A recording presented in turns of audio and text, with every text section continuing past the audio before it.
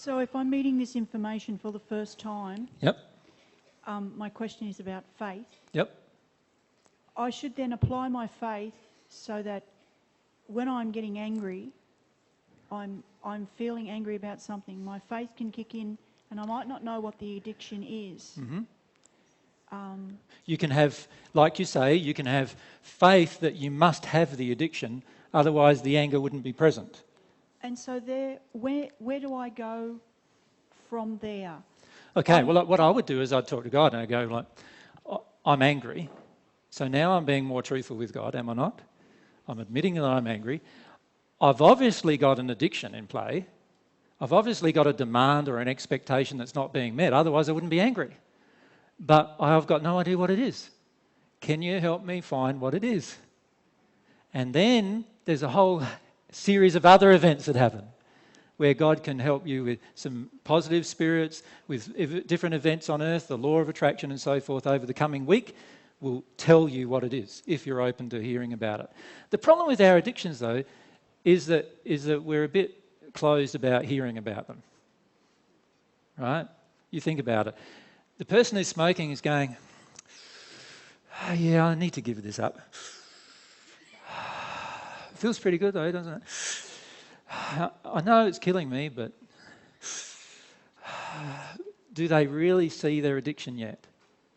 Not really yet, do they? Because at the moment they see their addiction in their feelings, now they will stop going and they'll realize, actually, by me continuing to smoke while I'm thinking these things, I'm already demonstrating I don't want to see my full extent of my own addiction. Right? And this is what we often do in our day-to-day life with our emotional addictions. We notice them, we get told them, most of the time we get told them through our law of attraction or through our prayer and what God answers through our prayer. However, we want to continue them because they are so entrenched within us and we're so afraid of what they cover over that we want to revert to them. Does that make sense? So there's a certain amount of self-deception there at that second layer. Yes. You might be getting angry and you might have this realisation that you do have an addiction, but there's a certain amount associated with the addiction that's self-deception, isn't it? That keeps you in that same place. Yeah, we can even admit that we have the addiction, but often we will stay in it until we have a desire to release the addiction. In the end, Jen, the real thing gets down to how much do you want a relationship with God? Because if you want a relationship with God really badly, you will deal with every addiction and every fear. But if you don't want a relationship with God badly enough, you won't. It's just that simple. When an addiction gets triggered or a fear gets triggered, you'll just go back to your old patterns if you don't want your relationship with God badly enough. And this applies, by the way, you might badly want a soulmate, badly want a partner in your life and all those kind of things, but honestly, unless you want God, you are not going to deal with your addictions with your partner either. Because sooner or later, your partner will satisfy some of your addictions and you'll stagnate until you want to grow beyond that point. Then that brings in other aspects of things like desire versus how much pain that you're in. So how much from your heart do you actually desire to change your life and connect to a God that you may not, because of your addiction, you may not actually know is there. Or even believe is good. Yes. Or even believe cares about you or any of those things, you see. And this is the terrible damage of error on the planet. The terrible damage of error is that we have all these concepts of God that are very distorted and untrue. And because of that, we're starting out on this really you could say the soul, the true self, is so constricted and trapped by all these false beliefs and all these false notions and all these these feelings, that we have about God and the universe and how everything works, that we can't even trust God enough to say, no, surely God must be good.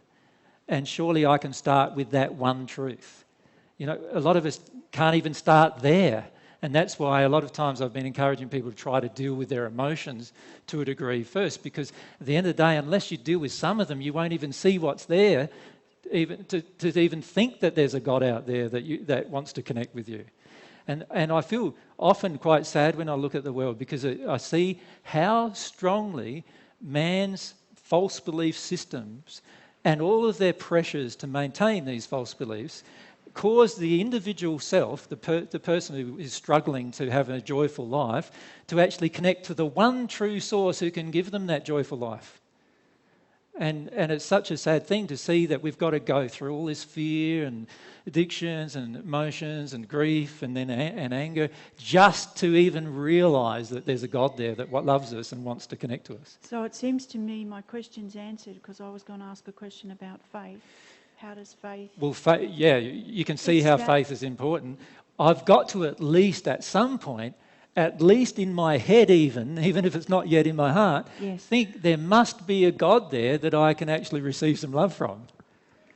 Otherwise, I'm never going to start the process.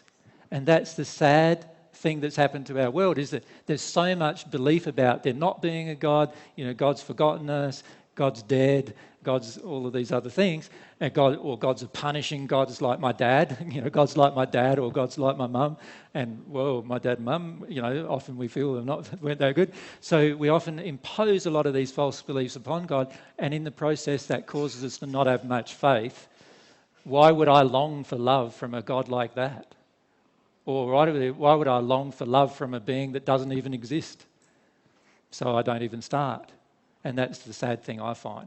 If you start, you will start to have some experiences that will tell you. And this is what we say in the spirit world quite often to spirits, just try the experiment. Be like a scientist who for the first time doesn't have a concept of something, doesn't know about it, doesn't understand it, but the scientist who goes at least has a thought, maybe this might be true, I will give it a go. I will put together a group of experiments that I can test to see whether this is true or not. We at least need to do that at the beginning.